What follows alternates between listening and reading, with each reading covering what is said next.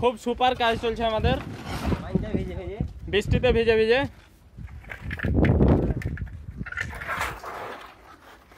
অসাধারণ কাজ চলছে আমাদের বৃষ্টিতে ভিজে ভিজে।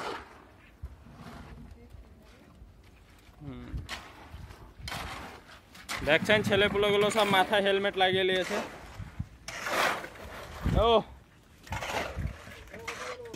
লেবারের এনার্জিটা একটু দেখেন, ডাইরেক্ট পড় হয়ে ভরে মাল নিয়ে চলে যাচ্ছে।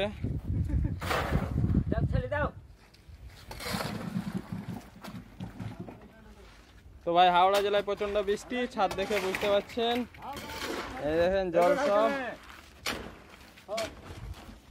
আমাদের পিলার ঢালিয়ে গুতানোর কাজ চলছে।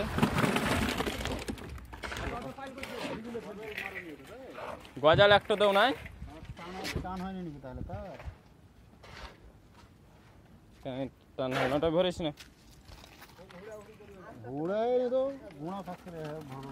ধীরে ধীরে ধীরে ধীরে এই কটা নিয়ে